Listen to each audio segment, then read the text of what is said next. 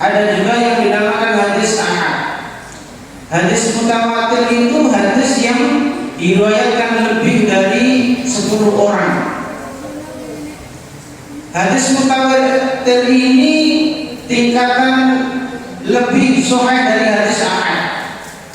Saya beri contoh ketika Nabi Muhammad SAW berbicara di hadapan khalayak ramai, maka itu disebut dengan hadis mutawatir, dan itu lebih kuat dari hadis ahad tingkat kesahihannya, karena disanadkan, didengar oleh orang banyak dan disampaikan oleh khalayak ramai, dan kemungkinan untuk melakukan kebohongan itu nol, karena si A menyampaikan kepada si B, yang datang umpama A sampai Z, otomatis jika ada salah satu yang salah pasti ketahuan. Itu disebut dengan hadis mutawatir. Hadirin yang berbahagia yang dirahmati Allah, sebelum masuk pada maudhu kali ini, saya ingin bercerita dari hadis Nabi Muhammad SAW yang diriwayatkan oleh Imam At-Tirmidzi. Ja'a rajulun ansariyun ila Nabi sallallahu alaihi wasallam. Ada pemuda Ansar yang datang kepada baginda Rasulullah sallallahu alaihi wasallam. Tsumma qala, kemudian ia bertanya kepada baginda Rasulullah sallallahu alaihi wasallam. Apa yang ditanyakan? Pemuda tersebut bertanya, ayyul mu'minina afdal, mukmin yang utama itu yang bagaimana ya Nabi? Maka Nabi berkata, afdalul mu'min, orang mukmin yang utama adalah ahsanuhum khuluqan, yang utama adalah yang baik akhlaknya. Kemudian pemuda itu bertanya lagi, ayyul mu'min aqyas, terus siapakah mukmin yang cerdas di muka bumi ini ya baginda Rasulullah SAW? Maka beliau menjawab, aqyasum aktsarum lil mauti dzikran, orang yang cerdas bukan orang yang pandai matematika, bukan yang bisa ngomong Inggris yes no, tapi adalah orang yang aktsaru dzikril maut, yaitu orang yang paling banyak mengingat dengan kematian. Beliau melanjutkan, wa ahsanuhum lahu isti'dadan ulaikal aqyas. Selanjutnya beliau mengatakan, dan juga orang yang tahu mengingat mati, dan yang lebih baik adalah orang yang mempersiapkan dengan kematian. Hadirin yang berbahagia yang dirahmati Allah, Allah Subhanahu wa taala berfirman dalam surat Al-Jumu'ah ayat 8, A'udzu billahi minasyaitonir rajim. Bismillahirrahmanirrahim. Qul innal mauta alladzi tafirru minhu wa innahu mulaqikum thumma turaduna ila ghaibi wasyahadah fa yunabbi'ukum bima kuntum ta'malun. Jadi ketika kita mengetahui kematian itu pasti datang kepada kita, karena kita yakin dalam kehidupan ini yang pasti cuma satu adalah kematian, dan juga kita hidup di dunia tidak lain juga adalah menunggu dari kematian.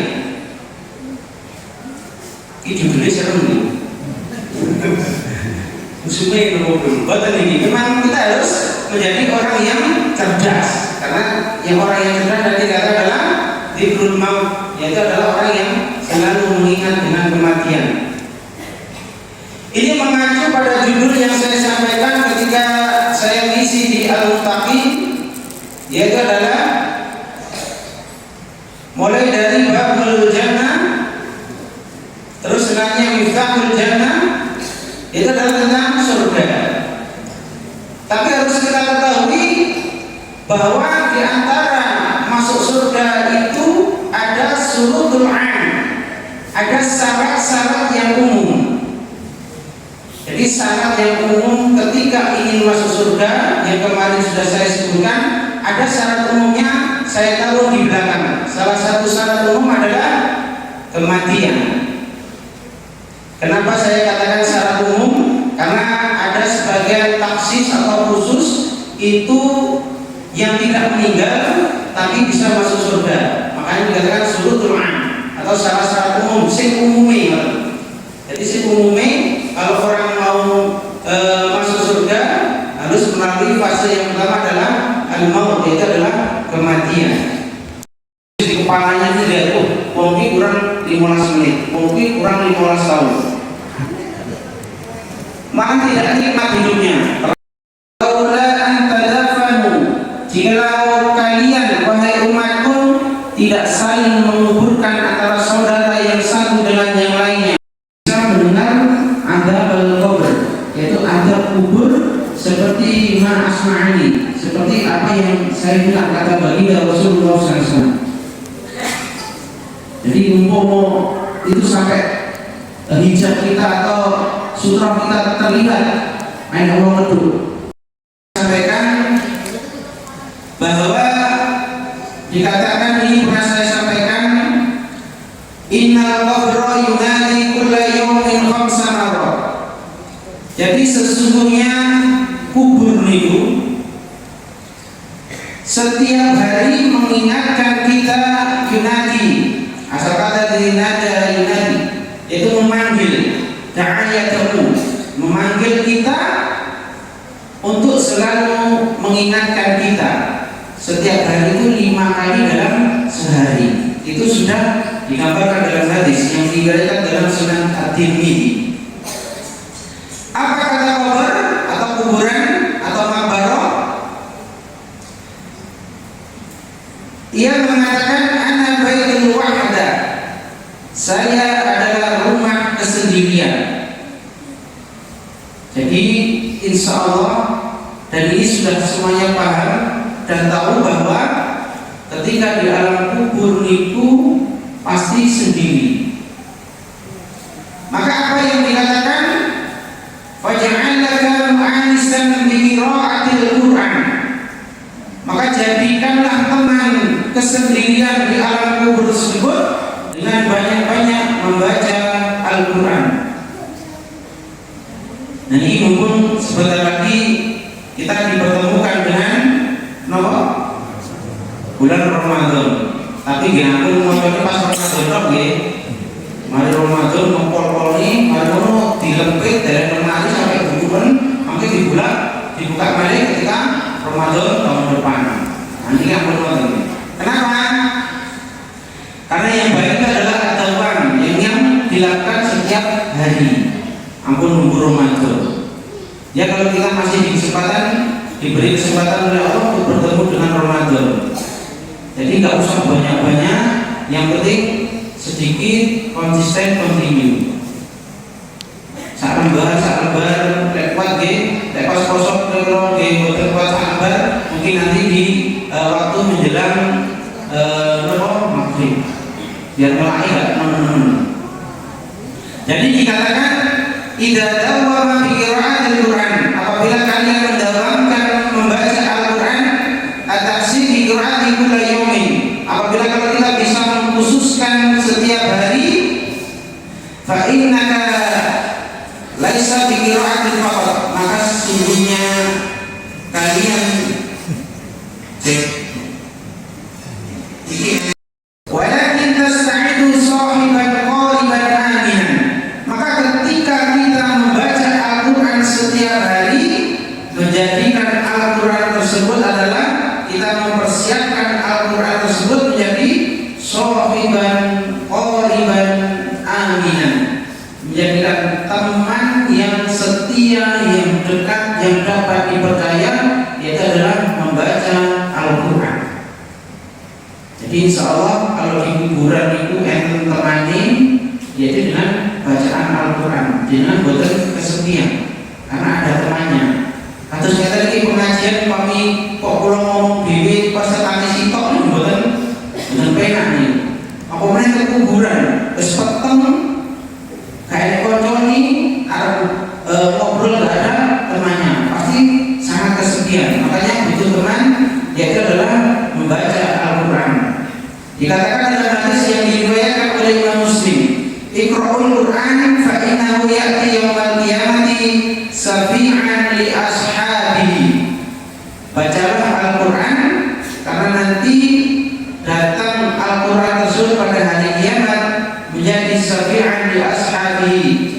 syafaat bagi orang yang membaca Al-Qur'anul Karim.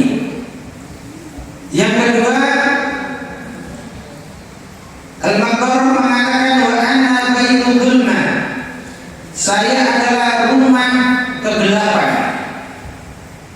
Fanawwilni bi sholatil lail, maka terangi saya dengan melaksanakan sholatul lail. Jadi ketika kegelapan menyelimuti di alam maqbarah atau di alam barzah, barzah itu artinya pemisah antara dunia, alam dunia kita, alam fana menuju alam barzah sebagai pemisah. Jadi kita bisa menerangi alam barzah kita dengan cara melakukan qiyamul lail atau sholat malam. Kenapa? Karena as-sholatu nurun. Dalam hadis riwayat Muslim dikatakan as-sholatu nurun. Sholat itu adalah cahaya. Nanti sholat ini akan memberi cahaya selain cahaya di dunia, cahaya di barzah, dan juga hatta akhirat, yaitu cahaya sampai nanti di akhirat. Ketika di alam barzah atau di alam kubur tersebut, itu juga menjadi cahaya bagi kita. Semuanya saja sudah bingung. Besok pemadaman mulai pukul 7 malam sampai pukul 4 pagi. Nanti sudah bingung mempersiapkan segala hal. Nah, ini yang di maqbarah atau di alam kubur yang waktunya lebih lama, kurang lebih 1400 tahun, kita menunggu dengan kegelapan, kita tidak ada temannya. Maka banyak-banyaklah kita untuk selalu membaca Al-Quran. Akutan banyak-banyak dengan sholatul lail, agar tempat kubur kita menjadi terang. Karena sholat itu nanti yang akan menjadikan kita, hubungan kita kepada Allah Subhanahu wa Ta'ala akan menjadi tetap tersambung. Sholat itu ada yang mengatakan asal kata dari silah itu sambung. Jadi kalau kita ingin nyambung dengan Allah Subhanahu wa Ta'ala, jangan sampai meninggalkan sholat. Sholat itu juga bermakna doa, juga berarti adalah doa. Jadi kalau kita ingin bersambung, menyambung hubungan kita kepada Allah Subhanahu wa Ta'ala, jangan sampai meninggalkan sholat. Apalagi kalau sholat wajib sampai tertinggalkan, itu bisa menjadi tali yang menjadi silah tersebut bisa putus. Kalau putus, otomatis hubungan kita kepada Allah Subhanahu wa Ta'ala, hubungan kita dengan Allah akan terputus. Terus ada pertanyaan, bagaimana kadang sholat kadang murah, kadang sholat kadang murah? Berarti hubungannya kepada Allah putus nyambung. Boleh? YouTube ini bisa oleh buatan pegelan. Kalau pegelan tadi tak putus tenang. Kasus anak-anak muda jalan terus pegelan itu sebagai bisa. Bukan. Tapi Allah itu tetap ketika orang lain menunggu kesalahan kita, Allah menunggu taubat kita. Tetap mumpung masih kita beri kesempatan dari Allah Subhanahu wa Ta'ala hidup di dunia, jangan sampai kita hubungan kita dengan Allah putus nyambung.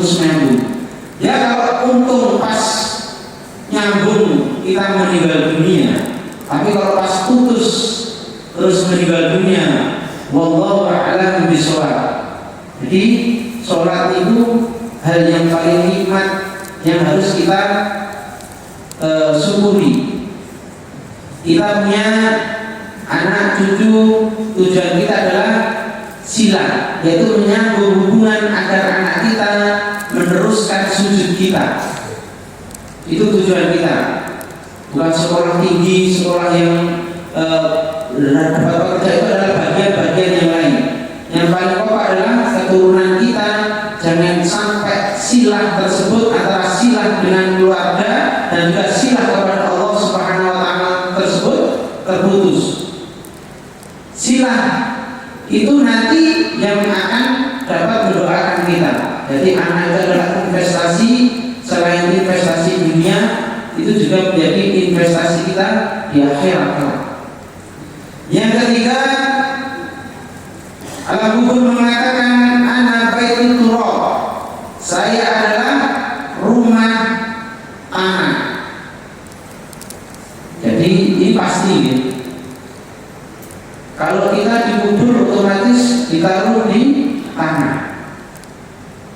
Tidak mungkin tuh aku sudah mati pesen kerangikan tanah, nggak boleh sama kenapa Pak Kepala Desa itu berpanu aturannya itu bisa perlu diizin dan lain sebagainya yang rata, apalagi sampai dibesarkan dan lain sebagainya, karena itu tidak sesuai dengan aturan yang ada. Berarti turab, saya adalah rumah tanah. Turab itu bisa juga berarti ibu.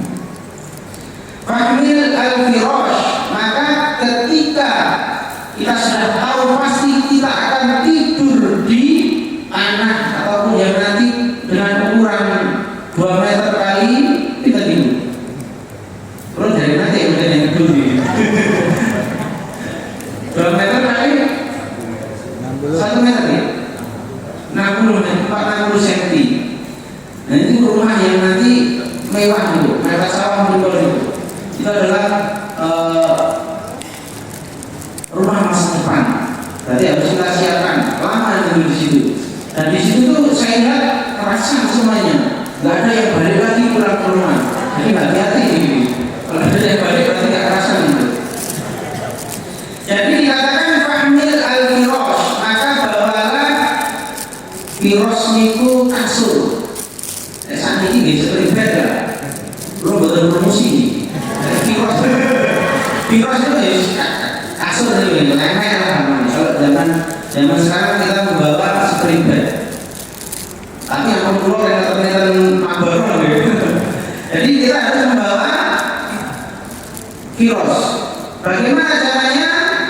Bahwa amalun soleh yang bisa menjadi firosh atau remek ataupun tikar kita ketika kita dalam keadaan tidur dengan alaskan tanah adalah amalun soleh, amal soleh. Insya Allah ini rajin ambil ya, kalau sesuai gambaran kita. Tapi kalau Imam Al-Baghawi beliau mengatakan surutul amal soleh ada arba'atun surutul amal soleh, ada 4 syarat bisa dikatakan jadi amal soleh. Ini sering saya ulang-ulang saya sampaikan karena memang ilmu itu ya cukup berulang-ulang, walaupun berulang-ulang tetap mendapatkan pahala. Ada sebuah kitab yang ketika dibaca semakin dibaca tidak membosankan adalah Al-Quran. Itu kitab yang kadang kita tidak tahu artinya, tidak tahu maknanya, tidak tahu maksudnya, tapi kita senang membaca dan itu pun dapat pahala. Yaitu adalah membaca Al-Quran. Jadi tidak terlemari dengan kira-kira buatan nanti kitab Riyadhus Shalihin, kitab Sahih Bukhari, Sahih Muslim dan lain sebagainya. Jangan sampai tertinggal kitab yang namanya Al-Quran. Al-Quran itu saya yakin mungkin yang membaca itu sebagian tidak tahu maknanya, tidak tahu artinya, tapi tetap membaca. Itu nikmatnya ya, karena itu adalah wahyu dari Allah Subhanahu wa Ta'ala. Jangan tahu tidak tahu maknanya tetap mendapatkan pahala. Tapi aku stagnan ribu-ribu mawon, harus ada peningkatan. Minimal sekali-kali mentadaburi, apalagi nanti kalau bisa paling pokok adalah melaksanakan. Kembali ke kasur. Anggota lebih firosh. Jadi amalun soleh. Imam Al-Baghawi mengatakan sunnah amal soleh ida arba'atus syurutin. Apabila memenuhi 4 syarat. Yang pertama adalah niat. Kalau mau disebut amal soleh harus niat. Mencari ilmu termasuk dengan semuanya hadir di majelis ini itu harus diawali dengan niat. Niatnya boleh roti didapat roti, niatnya boleh roti dan kopi dapat roti dan kopi. Kenapa? Karena inama amalu biniat ila akhir. Jadi semua niat itu semua amal itu tergantung niatnya. Termasuk amal soleh ini harus diawali dengan niat. Kalau niatnya tolak ilmi, ya roti sama minuman itu adalah bonus. Itu sebagai stimulus untuk semangat kita belajar. Minimal ngantuk ya pas, itu ngopi berumbi. Jadi tidak mengurangi masalah keilmuannya. Hadirin yang berbagai yang dirahmati Allah, syarat kedua adalah ilmu. Niat kedua adalah ilmu. Jadi penting amal soleh itu harus memiliki ilmu. Jadi kalau mau beramal apapun harus tahu ilmunya. Mau sholat harus tahu ilmunya. Mau zakat juga harus tahu haul, nisab dan lain sebagainya.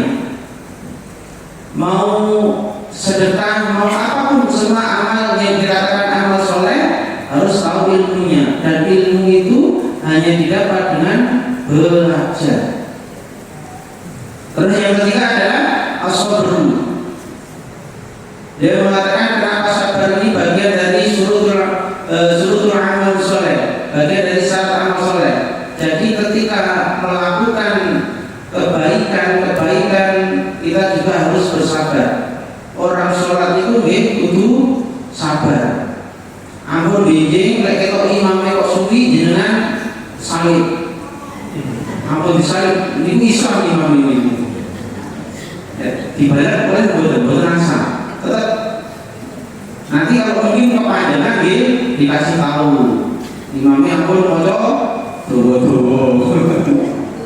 Itu penting bagi kita. Jadi harus sabar dalam beribadah, mulai ibadah sholat, zakat dan lain sebagainya sabar. Jadi harus didasari dengan penuh kesabaran. Terus yang keempat adalah ini tingkatan yang terakhir al-ikhlas. Disebut amal soleh itu kalau kita bisa ikhlas. Nah, ikhlas ini intinya tidak perlu mencari pujian dari orang lain. Intinya kita beribadah, kita diberi kesehatan oleh Allah Subhanahu wa taala, kita diberi waktu oleh Allah Subhanahu wa taala, kita diberi waktu umur panjang sehat, itu adalah pemberian Allah, maka kita kembalikan lagi kepada Allah Subhanahu wa taala dengan melaksanakan perintahnya dan menjauhi larangannya. Itu disebut dengan surutul amal soleh.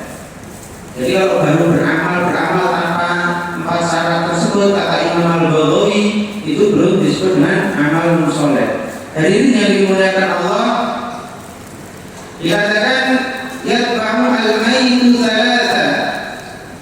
Ketika mayit tersebut pergi, ada tiga yang mengikuti.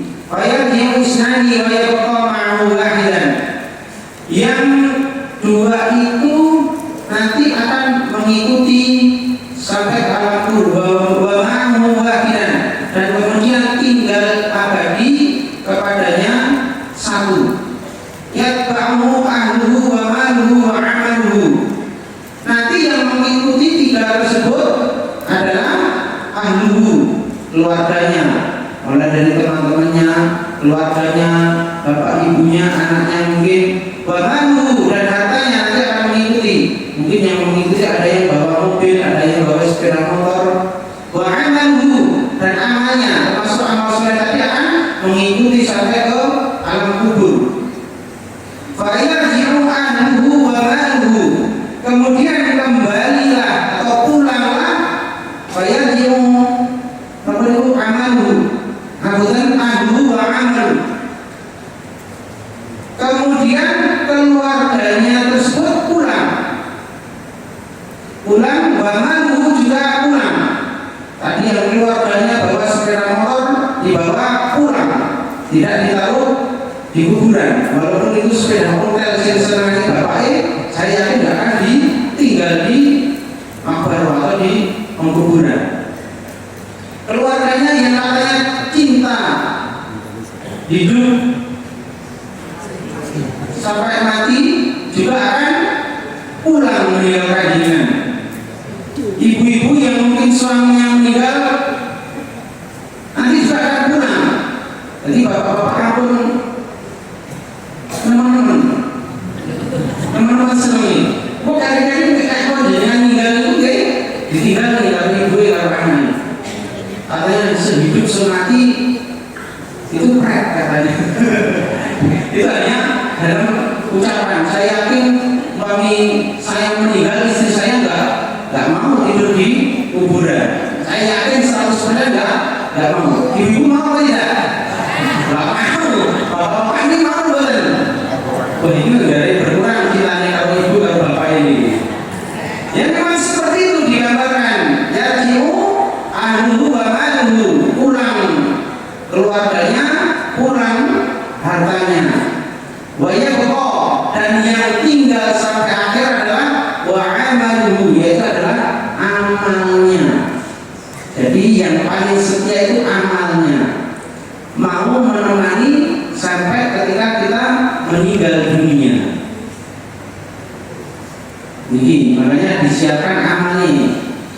Ampun bapak-bapak itu mau menjalur duit ibu aku jalur duit dari bodi kalian. Oh perlu dipertanyakan itu. Kira-kira lagi besok aku nggak dikancani. Mau minggunya angel mau nanti di alam kubur. Jadi penting bapak-bapak harus punya ya minimal uang 10.000 dari itu bensin, nanti kalau kurang bisa 5.000 dan lain sebagainya bisa dimasukkan dalam kalian sebagai amal kita. Jadi amal itu yang akan menemani kita sampai di makbarah juga sampai nanti di akhirat kelak. Hadis ini diriwayatkan oleh Imam Bukhari dan Imam Muslim. Manazilul akhirah, sesungguhnya alam kubur ini adalah awal perjalanan menuju akhirat. Jadi ada dunia, setelah itu ketika meninggal dunia di makbarah adalah awal perjalanan menuju akhirat. Dikatakan fa inna naja minhu, apabila kita sukses ketika di alam kubur tersebut, fama ba'dahu aisara minhu, maka setelah itu kita akan lebih mudah.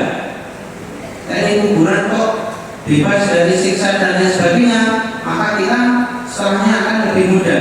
Wa ilam yanju, apabila kita tidak berhasil minhu, fama ba'dahu asyaddu minhu. Jadi ketika kita tidak berhasil atau mendapatkan sisa di alam kubur, maka yang selanjutnya dikatakan asyaddu minhu, itu lebih dahsyat sisanya dari Allah Subhanahu wa taala.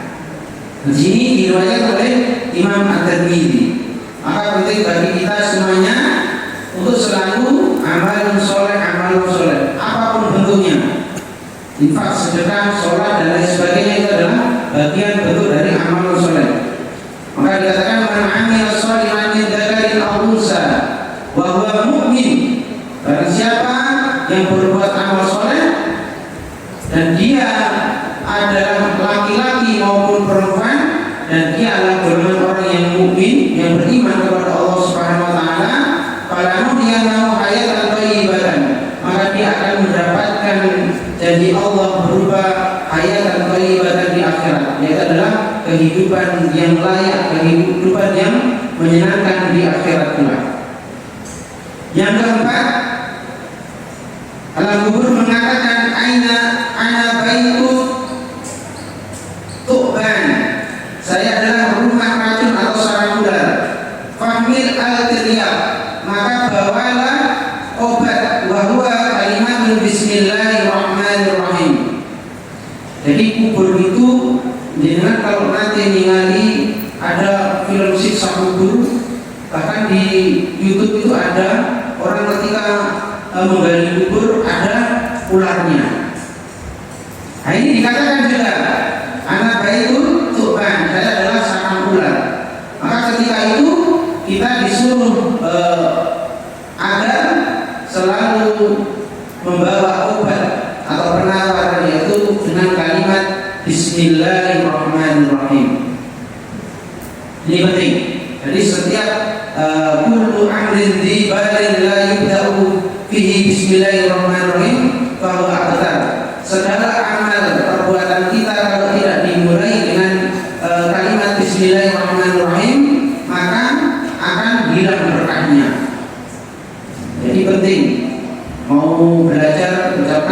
Bismillah. Mau makan ucapkan Bismillah. Maka kata ya bulan, Samillah wa kul biyaminika wa kul mimma yalika. Ini anak-anak SD saya ajarkan di situ. Ada yang hafal? Anak SD ada yang berangkat ini? Yakin? Hafal? Ya bulan, teruskan. Samillah.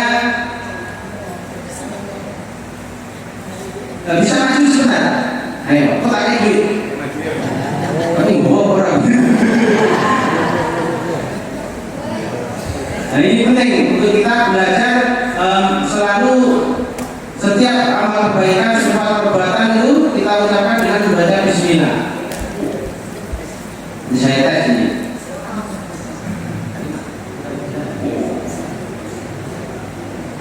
Ya bulan samillah ta'ala kul biyaminika wa kul mimma yalika. Wahai anak kecil, bacalah basmalah dan makanlah semakan tangan kananmu dan ambillah yang terdekat darimu.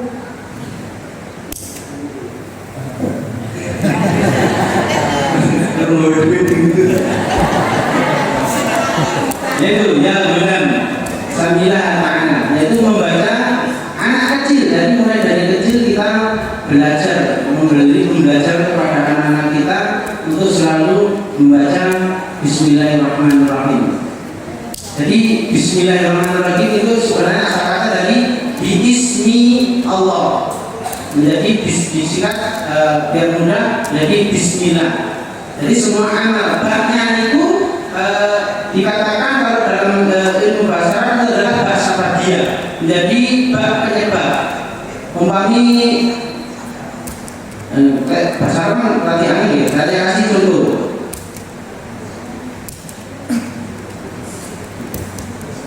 Nah saya ketika minum mengucapkan Bismillahirrahmanirrahim. Nah ini alasannya dari Arab itu namanya bahasa badiah. Bahasa badiah itu menjadi penyebab keridhaan Allah Subhanahu wa taala. Jadi bab yang hurufnya cuma kecil satu itu menjadi sebab keridhaan Allah Subhanahu wa taala. Kenapa? Karena otomatis kita dikatakan ya'tamidu ilallah. Kita beriktimat, bersandar kepada Allah Subhanahu wa taala.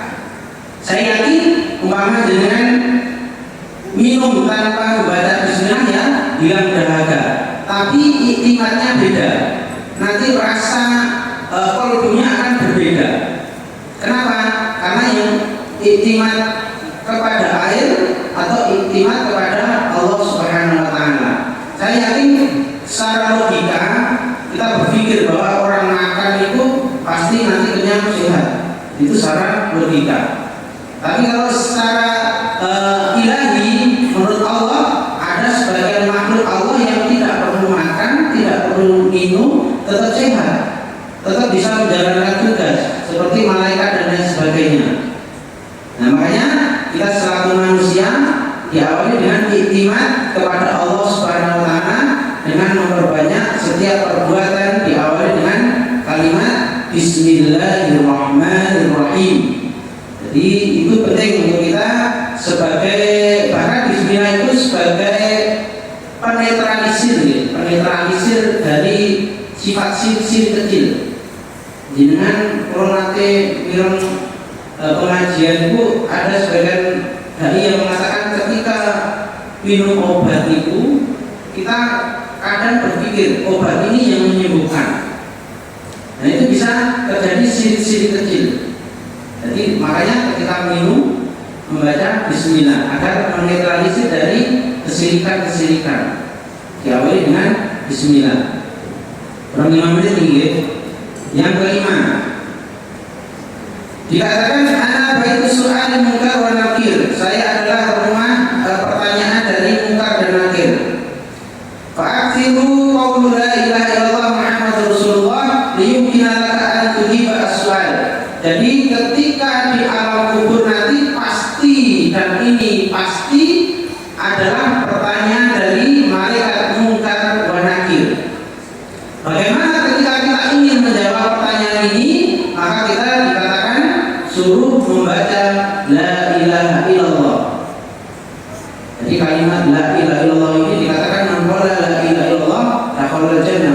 afdalu dzikri la ilaha illallah wa afdalu du'a alhamdulillah.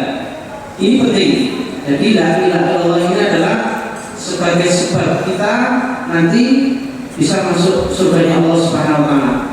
Terus bagi orang yang jarang mengucapkan ini, maka nanti mungkin ketika ada pertanyaan-pertanyaan, mungkin kalau jenengan ditalkin sama sinten niku mudin, jawabnya nanti tegas. Tapi kalau sholat atau saya yakin akan kesulitan. Apalagi nggak pernah mengucapkan la ilaha illallah. Ini adalah kalimat tauhid. Ini adalah kalimat yang nanti akan membawa kita menyelamatkan kita. Hadirin yang berbahagia yang dihormati Allah, ada waktu 5 menit untuk kita menggarisbawahi. Jadi manusia itu la yaqidu al-hayata. Manusia itu jangan pernah memastikan kehidupan di dunia. Kenapa? Yaqidin fil hayati wa huwal maut. Karena yang pasti dari kehidupan kita itu cuma satu, adalah kematian. Jadi kita tidak perlu memastikan kehidupan kita. Yang pasti karena adalah kematian. Inna aqamud dunya, sesungguhnya Allah Subhanahu wa taala memberikan kita dunia, kita tulubu bihal akhirah, agar kita mempersiapkan mencari bekal untuk akhirat. Wa lam yu'tikum haliyarkabu ilaiha, kita diberi dunia bukan untuk bersenang-senang, bersenda gurau ataupun yang lainnya ketika di dunia. Dikatakan inna dunya tafna, sesungguhnya dunia ini fana. Fana bermakna akan binasa. Wa innal akhirata, dan sesungguhnya akhirat itu tabqa, yaitu adalah abadi, abadan khalidan fiha. Ini saya kutip dari kitab Al-Bidayah wa Nihayah. Jadi akhirat itu yang abadi harus kita persiapkan dengan perjalanan yang begitu jauh. Makanya dikatakan istidadan harus dipersiapkan mulai dari sekarang. Mundulan, jangan nunggu besok-besok. Membaca Al-Quran nunggu Ramadan. Jadi kalau sudah ada niatan baik, maka lakukan. Jangan nunggu besok. Kalau besok nanti akan semakin molor kebaikan jenengan. Ya kalau kita masih diberi umur oleh Allah Subhanahu wa taala sampai esok hari. Makanya kalau ada niatan baik, segerakan. Ibda mundulan mulai dari sekarang, wa ibda binafsi, mulai dari kita. Gak usah nunggu temannya. Teman kurang baca Al-Quran, saya gak baca Al-Quran. Teman saya belum beramal soleh, saya tak nunggu teman saya. Gak usah. Kebaikan itu yang harus kita lakukan ketika kita sudah sadar, lakukan segera. Jangan ditunggu-tunggu. Hari ini yang berbahagia yang dirahmati Allah, mungkin itu yang dapat kami sampaikan. Sekali lagi mohon maaf bila ada kata mungkin yang kurang berkenan atau salah kata dari saya. Sekali lagi mohon maaf yang sebesar-besarnya. Akhirul kalam, bila taufiq wal hidayah. Wassalamualaikum